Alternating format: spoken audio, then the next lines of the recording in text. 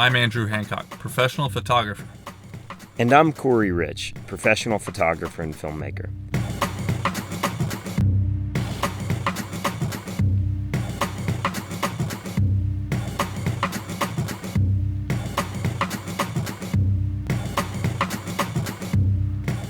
As professional photographers and filmmakers, we oftentimes travel with an enormous amount of equipment.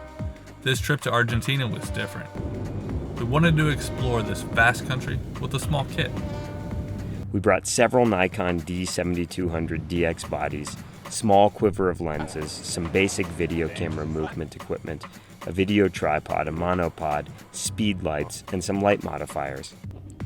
We really wanted to test our theory that creativity is not limited to the tools in your hands. Our goal was to push our creativity despite using a small kit. Hola, gracias.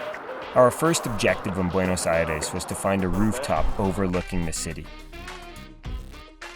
We found an amazing view looking down at the Plaza de República. I was delighted to see that the new D7200 has time-lapse exposure smoothing built into the camera. I'm trying to do a day-to-night time-lapse where it transitions from full sun to nighttime, and you get the transition from day-lit city to glowing lights in all of the buildings. One of the coolest things about shooting time-lapses, of course, is you, one, get to visit stunning locations, and two, once the cameras are working, your only job is to really sit back, relax, and enjoy the view. And that's pretty cool.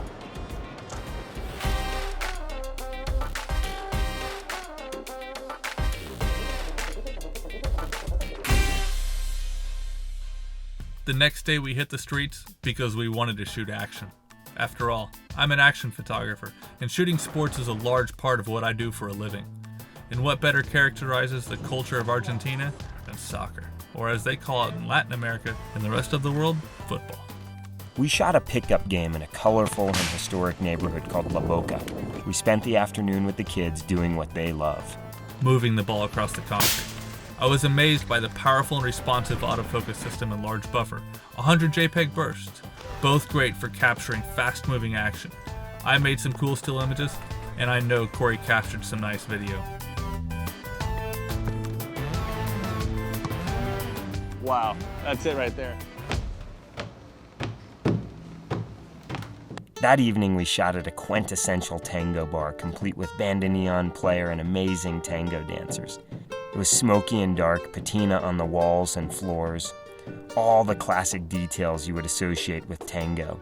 The D7200 blew us both away with its extraordinary ability to function in low light in both stills and motion, thanks to the XSpeed 4 image processing engine.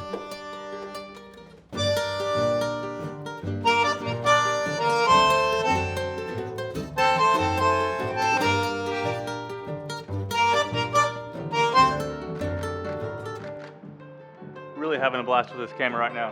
Got incredible street light coming in through the window on the bandoneon player, some great Argentine culture, and some great music.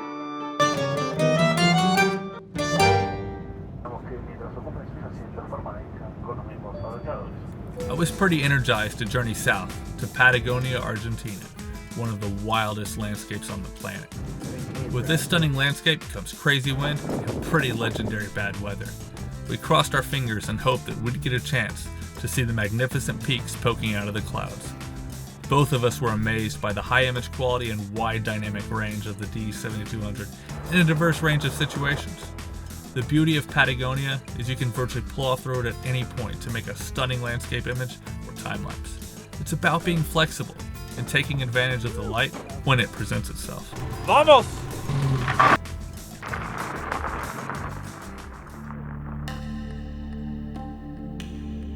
We found a ranch just outside of town where a few Argentine cowboys lived, or gauchos. The wind was like a fan that never turned off, blowing at a constant 40 miles per hour. It made it challenging in the cold mornings, but also blew the clouds out and provided spectacular light. I was impressed by the camera's ability to shoot in ultra-low light environments. Andy managed to shoot an amazing portrait of a gaucho under only moonlight.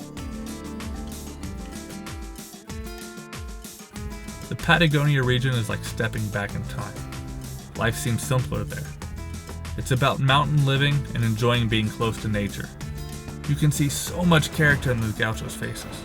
Their skin sculpted by the wind and the sun, their eyes full of passion for this rugged landscape and traditional way of life. Andy and I continued to be amazed by how creative we could be with only small cameras, a few lenses, monopod, tripod, speed lights, and some light modifiers.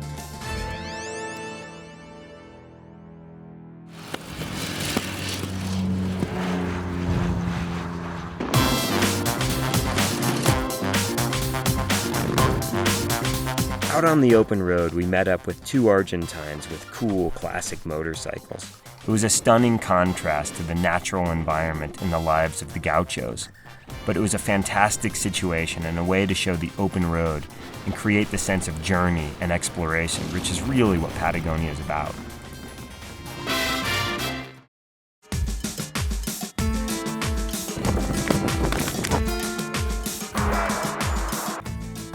This trip was incredibly refreshing. It was a reminder that creativity requires a minimal amount of equipment. You just need to get out there and do it. Be ambitious, explore, and have fun.